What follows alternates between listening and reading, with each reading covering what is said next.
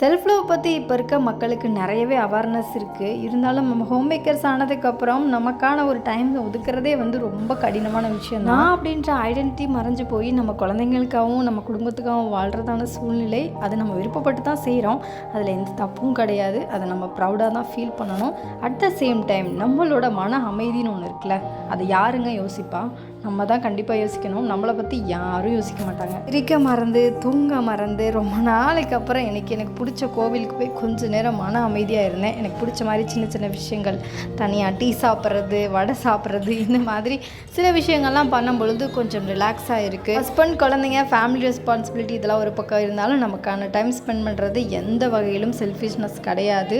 இப்போ கூட வீட்டுக்கு காய்கறி தான் வாங்கிட்டு இருக்கேன். ஆனால் இதில் கூட எனக்கு ஒரு ஹாப்பினஸ் இருக்குது. ஏன்னா நான் தனியாக வந்திருக்கேன் அப்படின்றனால. நீங்களும் இந்த மாதிரி சின்ன சின்ன மீ டைம்லாம் எடுத்துக்கிறீங்களா? அப்படி எடுத்துக்கிறீங்கன்னா எந்த மாதிரி விஷயத்துலன்னு சொல்லுங்கள். எடுத்துக்கலைன்னா கண்டிப்பாக எடுத்துக்கோங்க. நாளைக்கு சந்திக்கலாம்.